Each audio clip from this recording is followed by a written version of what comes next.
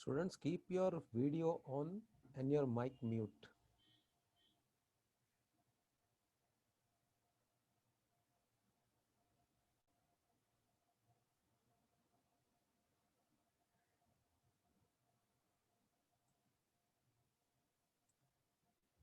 Keep your video on, Omkar and Anjali.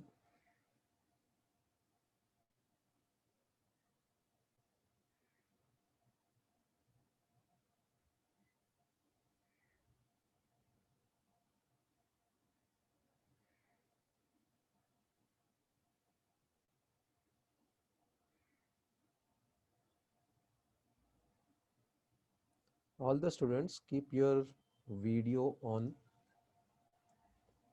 And I hope you all are from HR electives. TY BMS HR electives.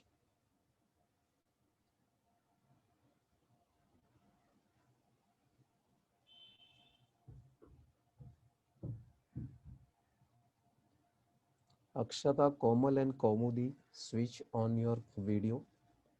Thank you.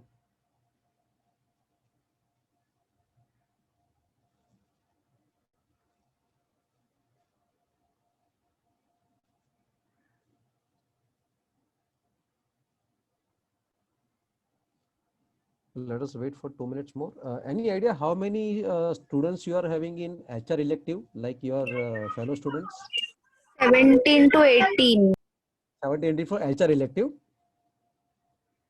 Yes, sir. Okay, let us wait for 2 more minutes and then we will start with our subject today.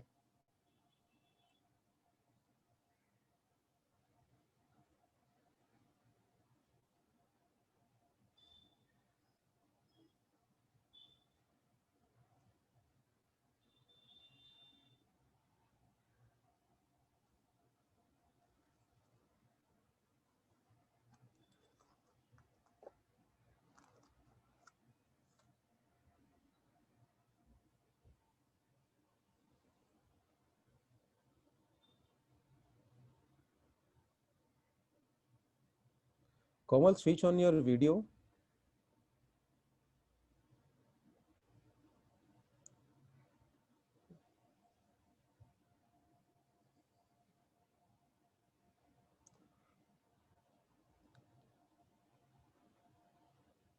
Okay, we'll start.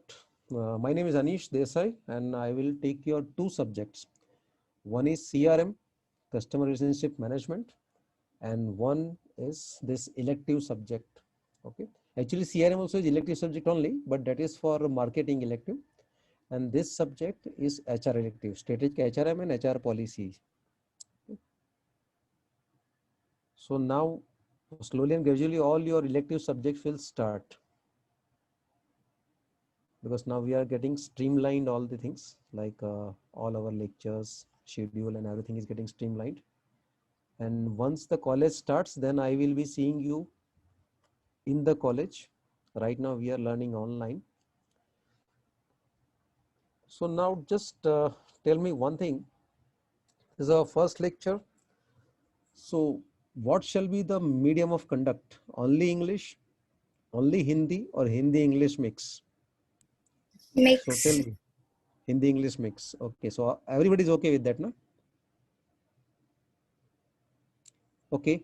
So क्या पढ़ाई करनी है आज? Do you think पढ़ना चाहिए आज? पहला दिन है, first day, first show. So actually I don't do that. पहले दिन में पढ़ाई की बात नहीं करता. पहले दिन में बात करता हूँ पढ़ना क्यों है. Tell me everybody, give me your opinion. Why a person should learn?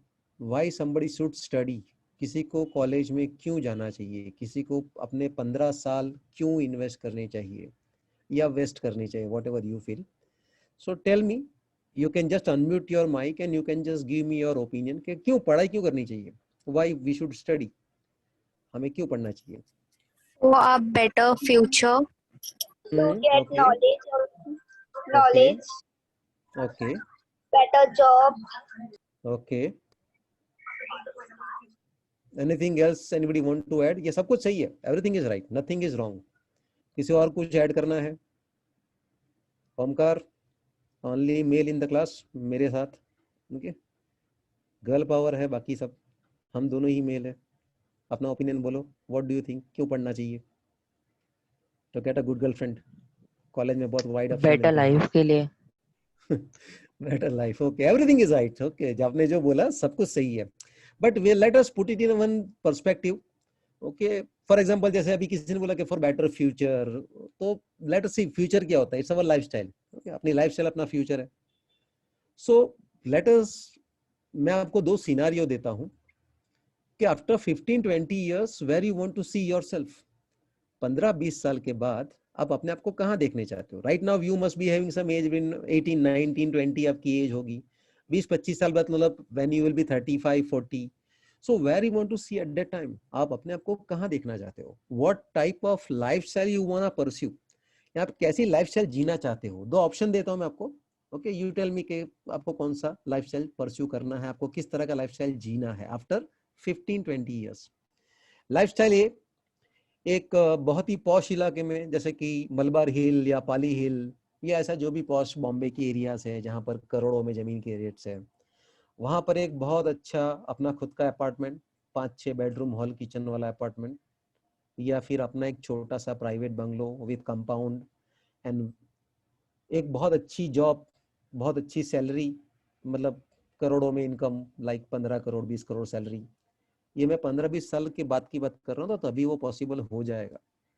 15-20 crore की सैलरी, बहुत ही हाई मैनेजमेंट में पोजीशन, या फिर अपना खुद का कोई स्मॉल बिजनेस, अपना खुद का एक अच्छा सा यूनिट।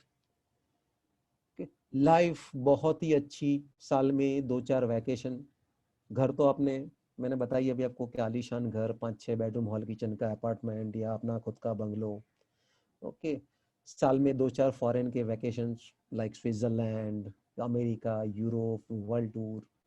हर month strong income, steady income, अच्छी एकदम लाइफ, हेल्थ एकदम pink health. Okay, family front में एक बहुत अच्छा life partner, maybe a very handsome businessman for girls, या फिर एक बहुत ही गुड लुकिंग, वेरी बहुत ही सुशील सुंदर सी पत्नी। ओके, बहुत अच्छा लाइफ पार्टनर, बहुत ही गुड लुकिंग, एंड एक बोलते ना राम मिलाए जोड़ी टाइप सीन। या आगे चले और थोड़ा फैमिली फ्रंट में कि 1-2 छोटे छोटे क्यूट बच्चे, स्वीट से क्यूट से बच्चे। ओके, स्टेडी इनकम, कोई प्रॉब्लम नहीं, चाहे लाइफ में जो भी चाहिए आप ऐसे हासिल कर सकते हैं, बहुत ही स्ट्रॉन्ग सॉलिड फाइनेंस बेस। ये लाइफस्टाइल ए है। ओके, आप ये लाइफस्टाइल ए को परस्यू करना चाहोगे, या that's a lifestyle be, Dharavi में 15x15 की खोली, घर के बाहर एक गंदा गटर का नाला, ओके, घर के बाहर एक टूटी फूटी साइकिल, ओके, एक बेवड़ा जुआरी हस्बैंड या काली कलुटी झगड़ालू बीवी, 2-4 इतने गंदे बच्चे किसी को दिखाने को दिल ना करे, महीने की 5,000 की इनकम, और साल में 8 महीने हॉस्पिटल में एडमिट। ऐसी लाइफस्टाइल चाहिए या लाइफस्टाइल ए चाहिए? ऑफ कोर्स ए चाहिए ना सबको, किसी को बी चाहिए क्या? Anybody want be? कि सर मुझे बी बहुत पसंद आ गई।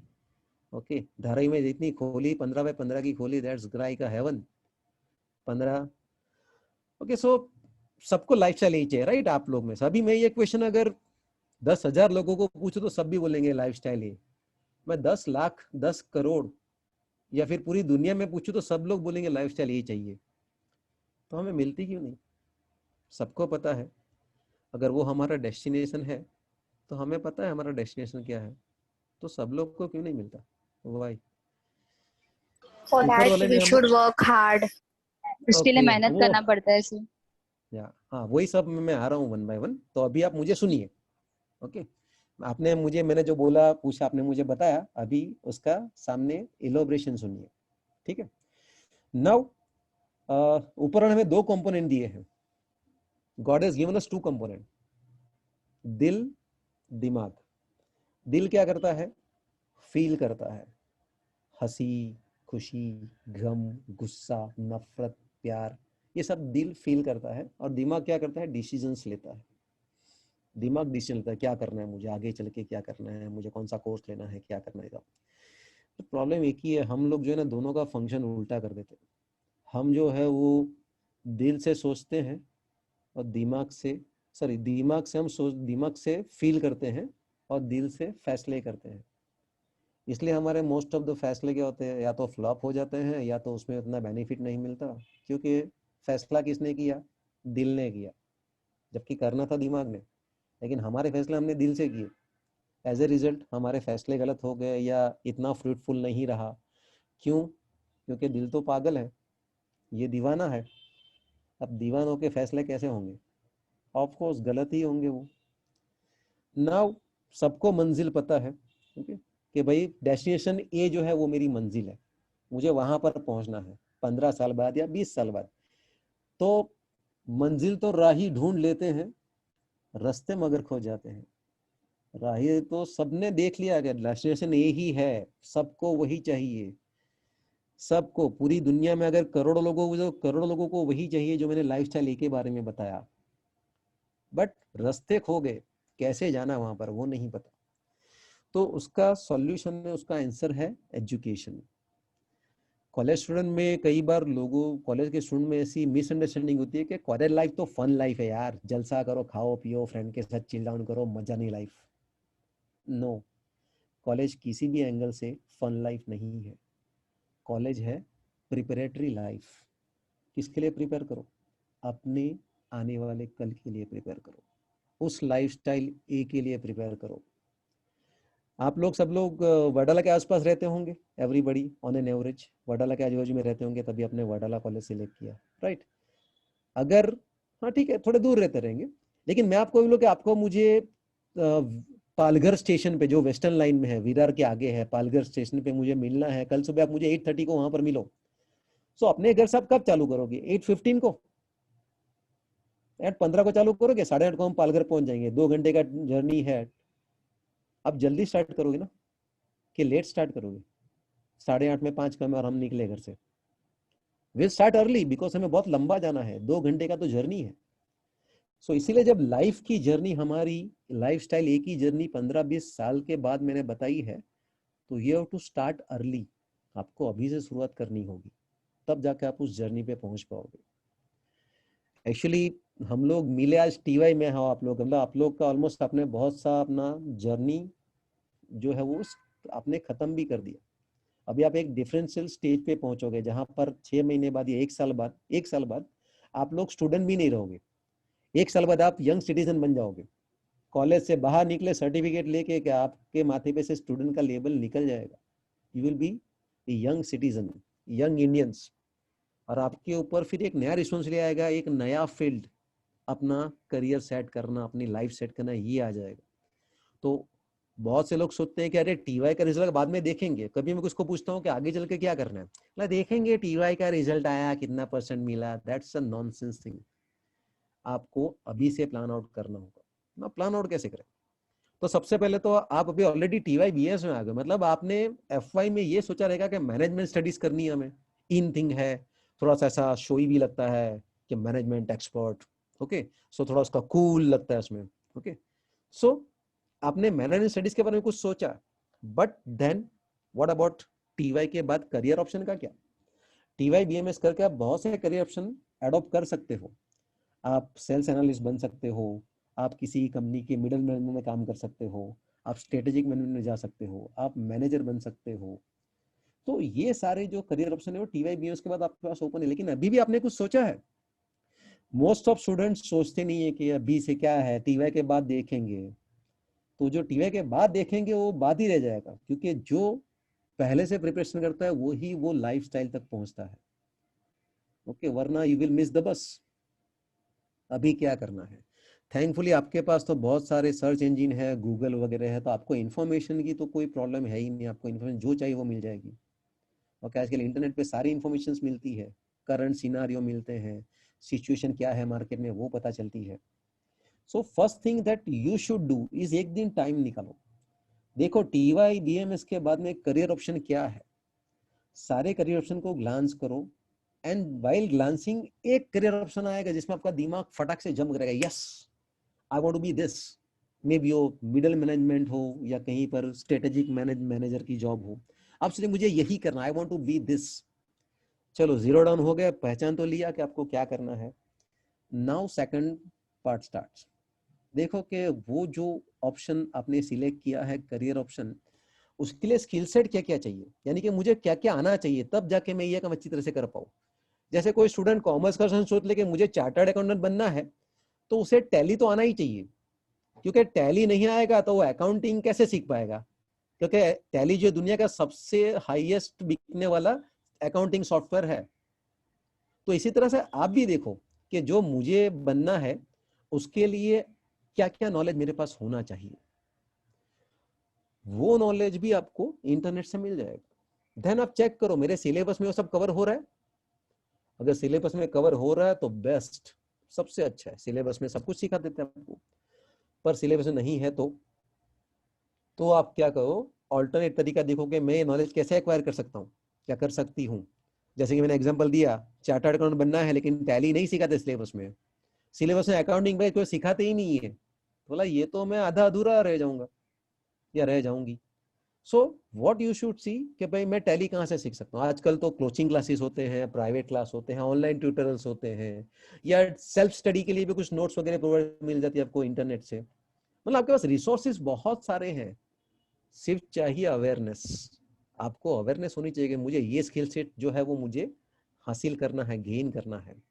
नाउ वो स्किल सेट का एक लिस्ट बना लो, वो स्किल सेट गेन करो। ओके, जैसे आप वो स्किल सेट गेन करते जाते हैं आपका नॉलेज बढ़ते जाता है, एंड देन आपको लाइफ में कभी भी एग्जाम से डर नहीं लगेगा। कई स्टूडेंट तो समझती नहीं, उनको लगता है कि पढ़ाई करना मतलब एग्जाम पास करना है। और कुछ ऐसे बहादुर होते हैं जो 40% आया तो नाचते हैं कि या पास हो गया, पास हो गया। अरे व्हाट पास हो गया, तुम्हें 100 मार्क का क्वेश्चन पूछे गए, तुम्हें खाली 40 मार्क्स के, तुम्हें 60 मार्क के क्वेश्चंस के आंसर नहीं मालूम, तुम्हें जो आता है उससे 1.5 टाइम्स तुम्हें नहीं आता, तो तुम पास कहां से हुए। यूनिवर्सिटी ने तो बोल दिया कि तुम पास हो, लेकिन तुम अपने आप को कैसे जस्टिफाई करोगे। पास होना मतलब एग्जाम पास करना नहीं है। एग्जाम तो सिर्फ एक बैरोमीटर, ये चेक करने के लिए आपको कितना नॉलेज मिला है, आपको कितना सीखा है, उसमें से आपको कितना याद है, आपको कितना समझ में आया है। इसलिए कभी भी एग्जाम को पॉइंट में फोकस मत रखो, फोकस रखो नॉलेज को। आपको नॉलेज सब मिलना चाहिए। जब आप एग्जाम देने जाते हो और अगर आपको अब ऐसा पता है कि 10 क्वेश्चन पूछने वाले, 10 में से मुझे 9 के 9 आते हैं नॉलेज से, रट्टा मार के नहीं, तो आपकी कॉन्फिडेंस लेवल ही पूरा चेंज हो जाएगा। You will be very confident. लोग आपसे कंसल्ट करेंगे, अरे इसका आंसर क्या है बताना मुझे, तो तुझे सब कुछ मालूम है। When you know everything you will never face any kind of fear. ना तो वो एग्जाम में फियर फेस होगा, ना ही वो आपको इंटरव्यू में फियर फेस होगा। क्योंकि एग्जाम पास करके आपको जो मार्कशीट मिलती है वो आपको जॉब की गारंटी नहीं देती। जैसे दो स्टूडेंट है, ओके, फॉर एग्जांपल ओमकार और कौमुदी, ओके, दोनों मेरे सामने है स्क्रीन पे भी। तो मे बी पॉसिबल कि ओमकार जो है वो पढ़ने में सो है, मतलब कभी 40 मार्क, कभी 42%, कभी 43% लेके वो पास होता है हर साल, वो खुश भी होता है कि मैं पास हो गया। लेकिन टीवाई की एग्जाम के 2 दिन पहले उसके पास पेपर आया, वाह, पूरा वही पेपर जो एग्जाम में आने वाला 2 दिन के बाद।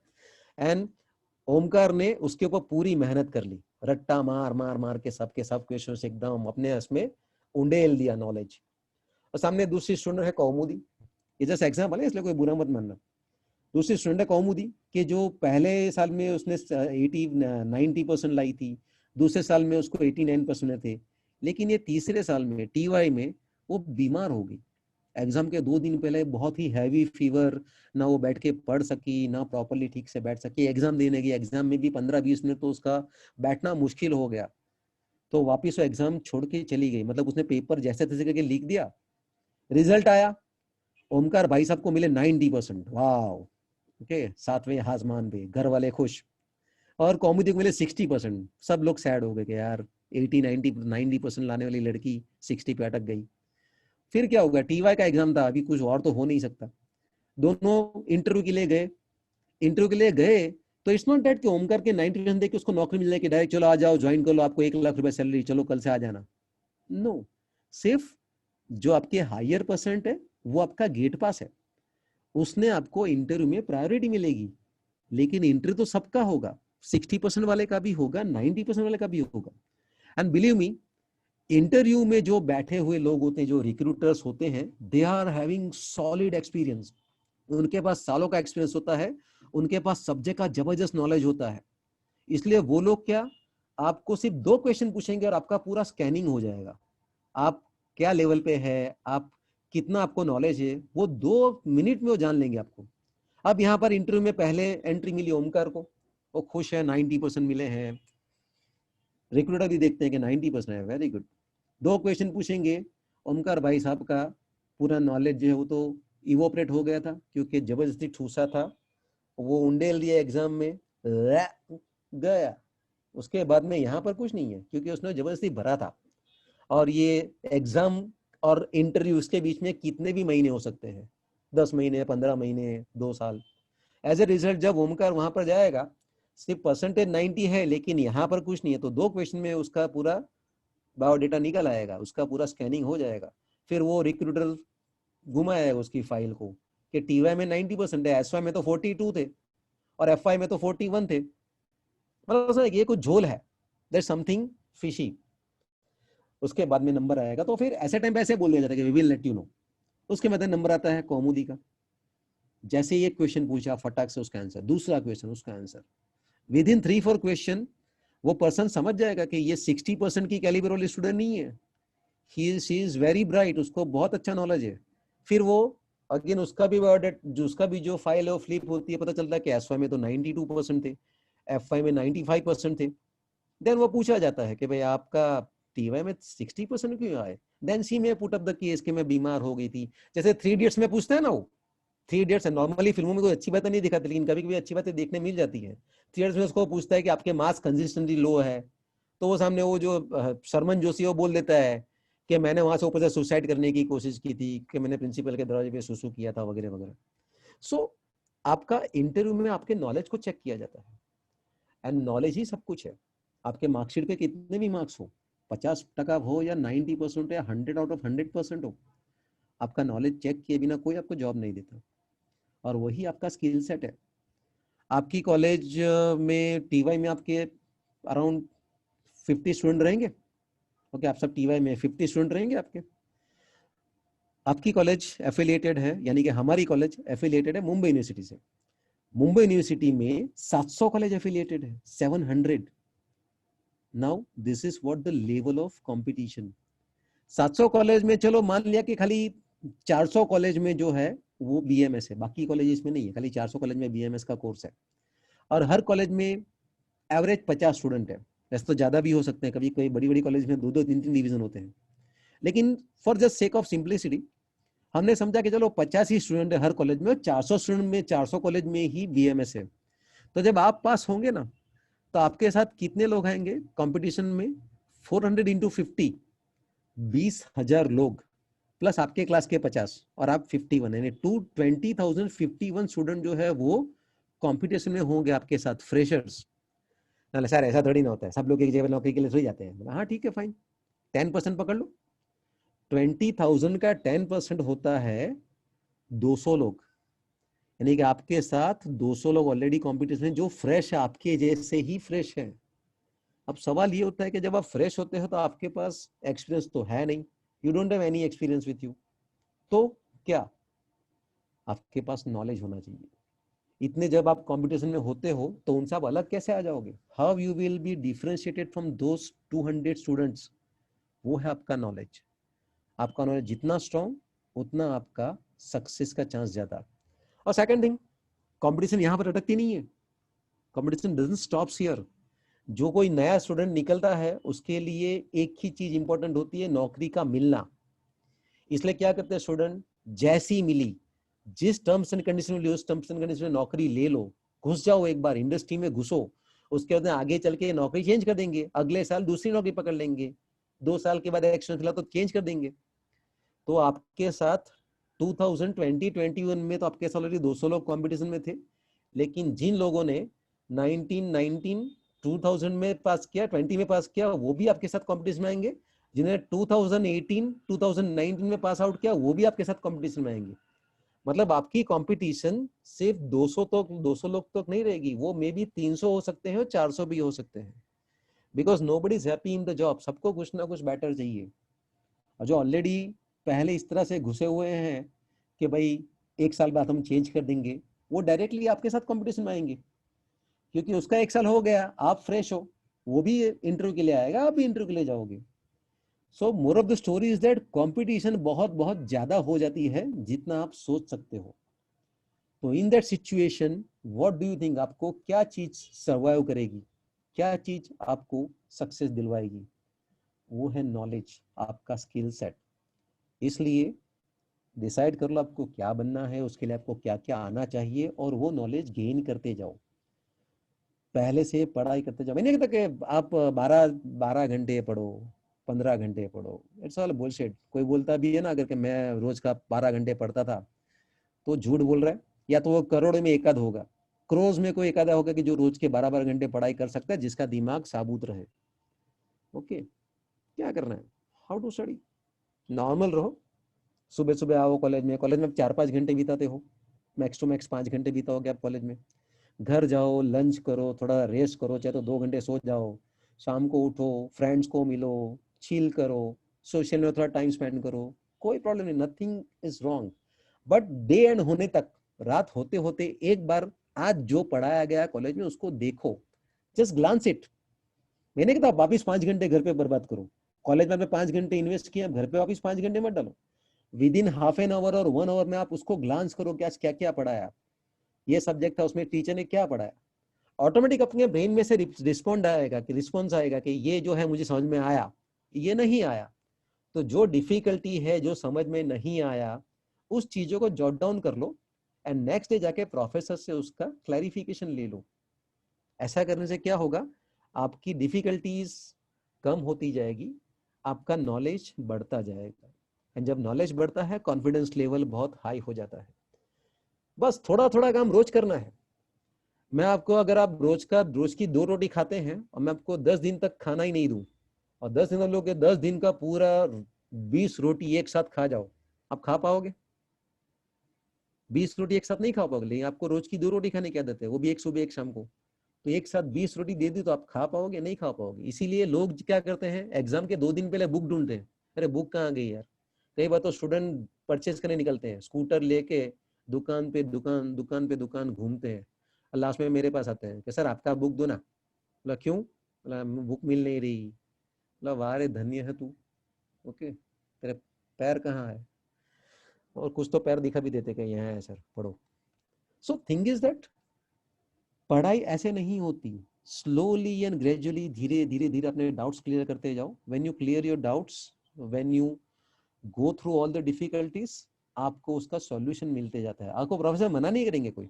99% प्रोफेसर आपको हेल्प जरूर करेंगे, जिस तरह से बन पाए उस तरह से करेंगे. तो डोंट वरी कि मुझे हेल्प नहीं की, तो हेल्प मिलेगी आपको, क्योंकि प्रोफेसर का काम ही आपको पढ़ाने के लिए है. एंड कभी भी क्लासेस वगैरह तो ज्वाइन करो ही मत, क्योंकि वो वेस्टेज ऑफ मनी है. ओके, कुछ क्या करते हैं कुछ स्टूडेंट, कॉलेज में टाइम पास करते हैं, फिर क्लास में जाके पढ़ते हैं. अरे तुम लोग अपने माँ बाप के ऊपर फाइनेंशियल बर्डन डाल रहे हो. एक तो already education is very costly, ऊपर से आप क्लासेस वगैरह में जाने की बात करते हो. आजकल के क्लासेस की फीस भी ऐसी ही होती है, 2 lakh 3 lakh. They are just making extra money, that's it. वरना क्या वो एकदम आसमान से टपके और हम लोग गटर से निकले, ऐसा है क्या? We are also having same calibre. हम आपको कॉलेज में पढ़ाते हैं, वो लोग आपको कोचिंग क्लास में पढ़ाते हैं, दैट्स इट. वरना कैलिबर सबका सेम ही होता है. सो इसीलिए अपने आप को स्किल सेट में नंबर 1 बनाओ. Why number 1? Because number 2 number 3 कोई कोई पूछता नहीं है. You have to be the best. पूछा था ना वायरस ने कि चांद पे पहला कदम किसने रखा था? नील आर्मस्ट्रांग ने. दूसरा किसने रखा था? बोला वो तो उसी ने रखा होगा, लंगड़ी थोड़ी करने गया था वो. उसने दूसरा कदम भी रखा होगा, तभी तो आदमी चल पाएगा ना, 2 कदम रखेगा तो. लेकिन दूसरा पर्सन कौन था, ये हमें याद नहीं, ये इतिहास को भी याद नहीं. हिस्ट्री में आप ढूंढना पड़ेगा आपको किस सेकंड नंबर पे कौन गया था. और सेकंड पे तो चलो फिर भी नाम मिल जाएगा, 117वें नंबर पे कौन गया था, कोई बता पाएगा? नहीं. तो इसलिए हमें भी बेस्ट बनना पड़ता है. We have to be the best, क्योंकि हम अपने लिए बेस्ट चाहेंगे, तो लोग अगर हमें पसंद करें तो हम भी बेस्ट होने चाहिए. फॉर एग्जाम्पल, जैसे आपने सुना होगा, कोई कोई लॉयर है, वो एक केस लड़ने के लाखों रुपए ले लेता है. कोई एक डॉक्टर है जो एक ऑपरेशन करने के 1 करोड़ रुपए ले लेता है. कोई एक आर्किटेक्ट एक बिल्डिंग डिजाइन करने के लिए 1 करोड़ रुपए ले लेता है. वाई? क्यों लोग इतना चार्ज करते हैं? और उनको इतना चार्ज करने के बावजूद भी उनके पास कभी काम की कमी नहीं होती. They are always busy. क्यों? Because they are the best in their knowledge, उनके नॉलेज में सबसे बेस्ट है। आपके घर के कोई बहुत ही आपका near and dear family member है जिसका कोई बहुत ही सीरियस ऑपरेशन होने वाला है, ऑपरेशन इतना सीरियस है कि अगर डॉक्टर ने जरा सी भी मिस्टेक की तो वो पर्सन वहीं पर ऑपरेशन टेबल पे ही दम तोड़ देगा। अगर इतना सीरियस ऑपरेशन, आपके पास दो डॉक्टर आते हैं, एक डॉक्टर बोलता है कि मैं 40% में पास हो गया था, ओके पास हूँ मैं, यूनिवर्सिटी ने मुझे बता दिया था कि तुम पास हो, 40% आए थे मेरे, मैंने 100 ऑपरेशन किया, 100 में से 40 लोग आज भी जिंदा है, तो आप उसके पास से ऑपरेशन करोगे? दूसरा जो 99% वाला है उसके पास करोगे? बोले कि मैं 99% लेके पास हुआ हूँ, डॉक्टर हुआ हूँ, मेरे 99 ऑपरेशन सक्सेसफुल गए, एक ऑपरेशन तो कुछ प्रॉब्लम आया, बिकॉज ऑफ दैट वो मेरी मिस्टेक नहीं थी। आप किसको सिलेक्ट करोगे, 99 वाले को या वो 40% वाले को? क्यों? बिकॉज 99% वाला बेस्ट है। आपको अपनी पूरी पापा की पूरी लाइफ की इनकम जमा करके आपको घर बनाना है, दो आर्किटेक्ट है, सेम सिचुएशन, एक 40% वाला जिसके 40 बिल्डिंग अभी भी खड़े हैं, 60 का आता पता नहीं है, और दूसरा 99 वाला के जिसके 99 बिल्डिंग अभी भी खड़े हैं और एक बिल्डिंग जो है वो शायद कुछ प्रॉब्लम आया उसमें। सो आप किसके पास से अपना घर बनवाओगे, 99 वाले पास या वो 40 वाले के पास? ऑब्वियसली 99 वाले के पास, because we want the best, हमें सबसे अच्छा चाहिए। चलो रियल लाइफ की बात कर लेते हैं, गर्ल्स और बॉयज। गर्ल्स को एक दिन मम्मी ने बुलाया कि कम हियर प्रिंसेस, ये 5 फोटो है, 5 लड़के हैं, ओके, जिसको सिलेक्ट करोगे उसके साथ मैं शादी कर दूंगी। तो आप क्या सबसे गए गुजरे के साथ शादी करोगे या वो 5 में जो सबसे बेस्ट है उसके साथ करोगे? जो भी आपका क्राइटेरिया है, लेकिन वो 5 में से बेस्ट को चुनोगे या 5 में से एकदम गॉन केस को चुनोगे? ऑफ कोर्स बेस्ट को चुनेंगे। हमें अपने लिए सब कुछ बेस्ट चाहिए, तो जब हम अपने आप को दूसरों को ऑफर करते हैं तो we should also be the best, हमें भी बेस्ट होना चाहिए, अदरवाइज कोई हमें वैल्यू नहीं देगा, nobody will give us value, क्योंकि हम बेस्ट नहीं है तो कोई हमें क्यों सिलेक्ट करे। और इसीलिए लाइफस्टाइल ए पाने के लिए आपके पास सब कुछ बेस्ट हो, आप प्रोग्रेस की सीढ़ी चढ़ते जाते हो, क्योंकि आपके पास नॉलेज है, बेस्ट नॉलेज है। अभी ये पिछले साल ही 2019 में ही LR तिवारी कॉलेज है, मीरा रोड में LR तिवारी कॉलेज है, ग्रुप ऑफ कॉलेज है उनकी, बहुत सारी कॉलेज है, मेडिकल कॉलेज, इंजीनियरिंग कॉलेज, ये वो। उसके एक स्टूडेंट को माइक्रोसॉफ्ट ने 1.02 करोड़ की सैलरी दी, उसको जॉब मिला, सैलरी एनुअल सैलरी 1.02 करोड़, मतलब हर महीने के करीब करीब 9-10 लाख रुपए। क्यों? उसके पास एक्सपीरियंस तो कुछ है नहीं क्योंकि स्टूडेंट है, और जितना सैलरी उसको ऑफर हुआ उसकी कॉलेज के सारे प्रोफेसर की एनुअल सैलरी भी इतनी नहीं होती, तो इसको क्यों मिला? क्या माइक्रोसॉफ्ट वाला पागल है, बिल गेट पागल है क्या? कैसे उसने फेंक दिया, ले 1 करोड़ ले जा? उस पर्सन में क्या होगा ऐसा? वो time to time assignment submit नहीं करता होगा? नॉलेज, या करेक्ट करेक्ट, नॉलेज है उसके पास, उसके नॉलेज को उसने वैल्यू दी, क्योंकि एक्सपीरियंस तो धीरे धीरे काम जो है वो करते करते मिलता है, बट सबसे बेसिक पार्ट है उसके पास नॉलेज है, और वो भी ऐसा नॉलेज कि जिसने उसको 1 करोड़ का जॉब दिलवाया।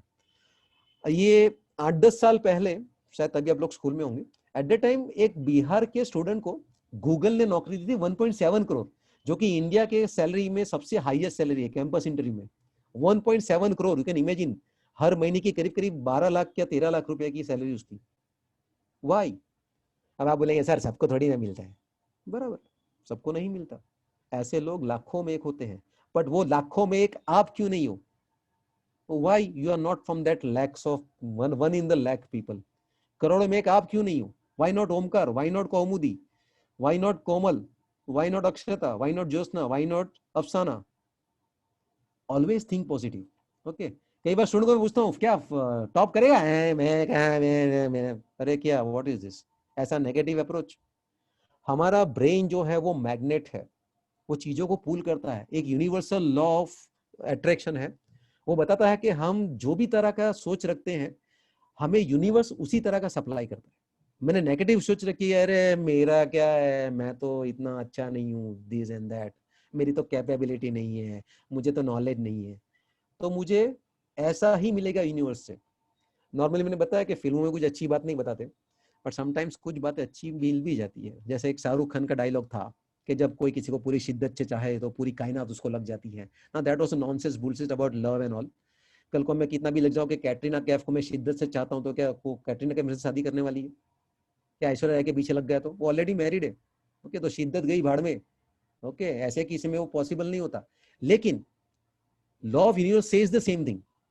इसने भले बात का कॉन्टेक्स्ट गलत है, बट वो बात सही है कि आप अगर कुछ चीज पॉजिटिवली सोचो तो यूनिवर्स आपको हेल्प करता है टू अचीव दैट. उसके लिए एक रोंडा बैन करके एक ऑथर, उसने एक बुक लिखी है सीक्रेट्स करके. I will share it with you once अपना थोड़ा रेगुलर हो जाए. उसके अंदर I will share that book with you. उसमें वही बताया गया कि थिंक पॉजिटिव, कभी नेगेटिव मत सोचो. अगर आप स्टूडेंट, आप सोचते हो कि मैं पूरे कॉलेज में फर्स्ट आऊंगा और उसके लिए आप मेहनत करो, तो आपको धीरे धीरे नेचर की ओर से हेल्प मिलती जाती है. And a day will come when you will see yourself as number 1. लेकिन उसके लिए आपको ऑनेस्टली मेहनत करनी पड़ेगी. ओके. और ऐसी चीज कि जो आप फिजिकली अचीव कर सकते हो वो आपको मिलेगी. कल को मैं ऐसा कर मैं उड़ूंगा, मैं ऐसे हवा में उड़ूंगा, मैं ऐसे हाथ हिलाऊंगा और मैं उड़ूंगा, सुपरमैन बन जाऊंगा, तो नहीं होगा, क्योंकि वो फिजिकल लिमिटेशन है. मेरा बॉडी ऐसा नहीं बना कि मैं ऐसे हाथ हिलाऊं तो उड़ने लगूं हवा में. So law of attraction says कि जो पॉसिबल है, जो फिजिबल है, उसका पॉजिटिवली सोचो तो आपको पॉजिटिव रिजल्ट जरूर मिलता है. और सामने वाइस वर्सा, आपने नेगेटिवली सोचा तो आपको नेगेटिव मिलते हैं. यूरोप में एक स्टडी हुआ था कि कुछ 1,000 लोगों का केस स्टडी किया था जिसके घर पे चोरी हो गई थी और उनसे इंटरव्यू लिया गया. तो उस 1000 में से 992 लोगों ने बोला कि उनको हमेशा दिमाग में ऐसा डर लगा था कि मेरे घर में चोरी होगी, मेरे घर में चोरी होगी, मेरे घर में चोरी हो गई. तो as a result negative thought था, उसको यूनिवर्स ने नेगेटिविटी सप्लाई करके उसको उसको कन्वर्ट कर दिया रियलिटी में. और वो 1000 में से 992 घर पे चोरी हो गई एक्चुअली, जबकि ऐसी कोई गुंजाइश नहीं थी. पर उन्होंने कंटिन्यूसली नेगेटिव सोचा, इसलिए उनका नेगेटिव हो गया. जैसे स्टूडेंट भी सोचते हैं कि अरे यार पास हो गए तो बहुत है यार, ये तो बहुत टफ सिलेबस है, इतना वाइड सिलेबस में कैसे करूंगी, मेरे से तो हो ही नहीं पाएगा, मेरे को तो जमेगा ही नहीं. तो यूनिवर्स आपको ऐसा ही रिजल्ट देता है. फिर आपके आते हैं 40%, 50%, 52% ऐसे.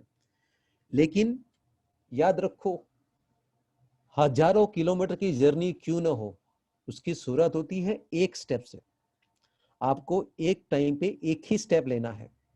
आने वाले आगे चल के मुझे 10 करोड़ स्टेप लेने हैं, इसका बर्डन मत दिमाग पे मत डालो कि 10 करोड़ स्टेप मैं कैसे लूंगा. आपके पास एक ही चीज है, कभी मुझे एक एक स्टेप लेते जाना है, धीरे धीरे वो कवर होते जाएंगे. इसीलिए ऑलवेज थिंक पॉजिटिव.